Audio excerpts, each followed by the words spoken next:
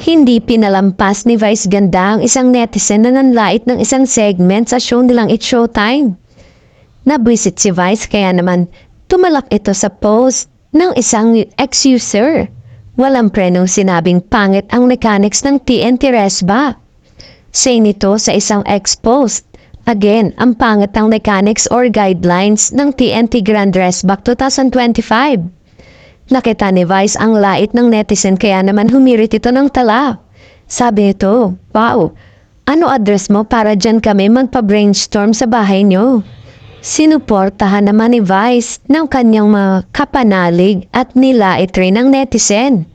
Minalas ang basher dahil nasaktuhan niya ang sipag ni Vice na mag-comment sa mga post ng netizen sa ex tungkol sa show niya at sa kanya mismo.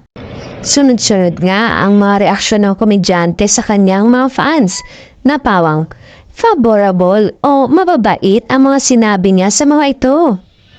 Samantala, bali 48 Resbackers mula sa iba't ibang edisyon ng nasabing singing competition ng Kapamilya Noontime Show ang humarap sa entertainment press and vloggers nitong Webes. Present din sa naganap na media ko ng 4 na hurado na sina Karil, Jed Madela, Louie Ocampo at ang OPM chief na si Ogie Alcacid.